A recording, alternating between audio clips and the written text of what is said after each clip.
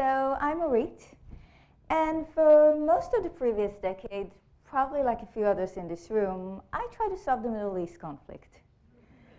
What I'd like to share with you today are some of the ideas I developed following my many failures and disappointments. So I was working on issues like cooperation and mandates for international missions, and was fortunate to be able to closely follow the workings of diplomats, governments, NGOs, and military experts as they try to build peace. I met brilliant, highly motivated, and uniquely resourced decision makers who really could explain all the complex intricacies of this tragic conflict. And yet, their accumulated efforts have hardly made a dent.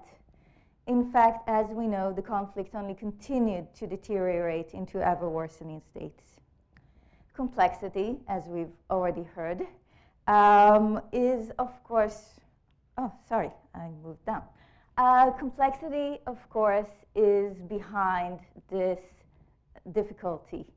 We know and further learn today why you can't take a conflict and simply reduce it into a list of core individual problems for elites to negotiate. Why supporters and spoilers are not a fixed given, but actually they evolve over time, they shift positions, they shift identities. And of course, while the whole notion of an end state is in fact an oxymoron. Now, this is all because at its essence, the landscape within which conflict plays out is just a vast network of people. It isn't managed by hierarchies or leaders, but is actually shaped by millions of individuals interacting politically, economically, socially. At each point, they make local decisions based on their own personal experience and immediate context. That could be a sense of a threat, a sudden opportunity, or just the needs and ideas of the people around them.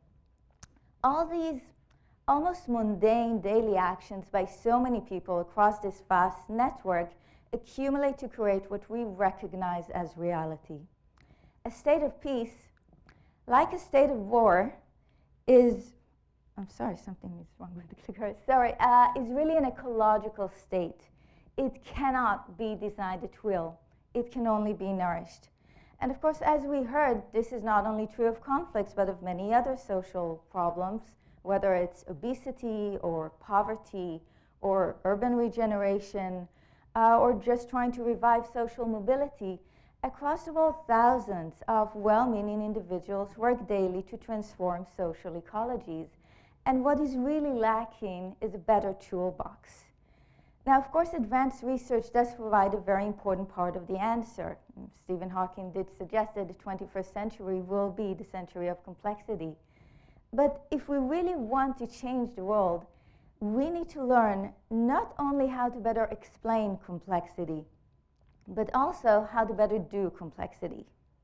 Now, luckily, human reality has always been complex, so some wise people have already given us some heads up in this direction, even if they did live some millennia ago. And as it turns out, ancient Chinese thinkers approached human reality and change through conceptual frameworks that are surprisingly similar to complexity theories of today. Most crucially, though, they tended to focus on the operational side, developing tools and strategies for operating within complex environments.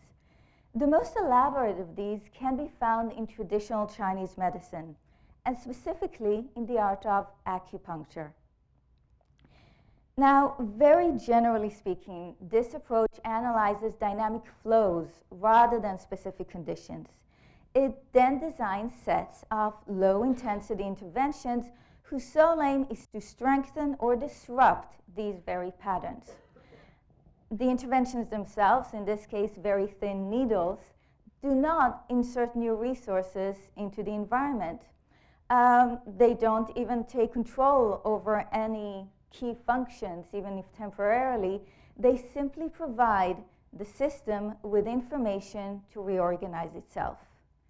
And in this sense, when you think about what is health or an overall state of well-being, it is actually defined as resilience, which is really an organism's ability to respond to emerging challenges rather than a specific state of equilibrium. Now, I believe that these kinds of principles can actually provide us with a very rich source of references for also operating within the social realm, and I call this social acupuncture. And when you think about it, social ecologies and the networks they support are also shaped by flows and exchanges. The manner in which money, information, behavior, skills, ideas flow through a certain network will ultimately determine its overall well-being. When we recognize really successful ecologies, that could be a peaceful community, a successful education system, or just a great city vibe, what we actually recognize is a certain pattern. It's a kind of just right Goldilocks mix of structures and flows. And while these can be engineered, they can be actively promoted. So how does it work? Well, in a nutshell, social acupuncture methods analyze existing flows across a certain ecology. They then design actions that through small, accumulative interventions, usually away from the core, aim to strengthen or disrupt them.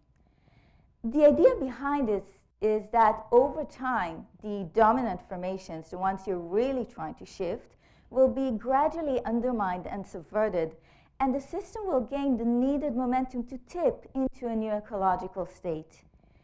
The system is not restructured, but is simply nudged to evolve.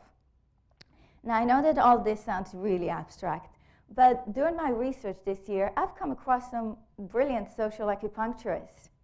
For example, Joe, who is leading a foundation promoting environmental issues in Europe. Now, most European environmental policies are actually decided in Brussels. And what she noticed were the high barriers to entry into the decision-making networks there. So instead of focusing expensive resources just on traditional political lobbies, she helped a social enterprise that provides ethical offices set up their first base in Brussels. And suddenly, loads of small NGOs who previously couldn't interact with the bureaucratic network had a base to operate from, and a whole swarm of environmentalists was simply unleashed on the town. And this, of course, over time altered information, social, and political exchanges. And there's Al, a sports scientist who also helped prepare British Olympic teams and developed a whole new approach for training for excellence. Rather than adhering to the ever more micromanaged top-down training routines, he works with sports institutions to create spaces for coaches and athletes to experiment and uncover personal tacit knowledge. And by empowering both coaches and young athletes, this creates whole new adaptive learning flows. Now, what we find in such cases is an overall strategy that aims to enable rather than to create change. The idea is that small, smart, low-profile interventions actually provide other players in the system with the information and the opportunity to self-organize and alter their behavior, and this over time creates much wider and indirect systemic impacts. So when you think about systemic impacts, the most effective ones are almost silent transformations. They are so deeply embedded into the existing landscape that they are almost deemed as inevitable by both supporters and oppositions alike. In that sense, social acupuncture needles are inexpensive and in abundance. We simply need to change the way we analyze systems, the way we define our goals, and the way we design our actions to make best use of them. Thank you.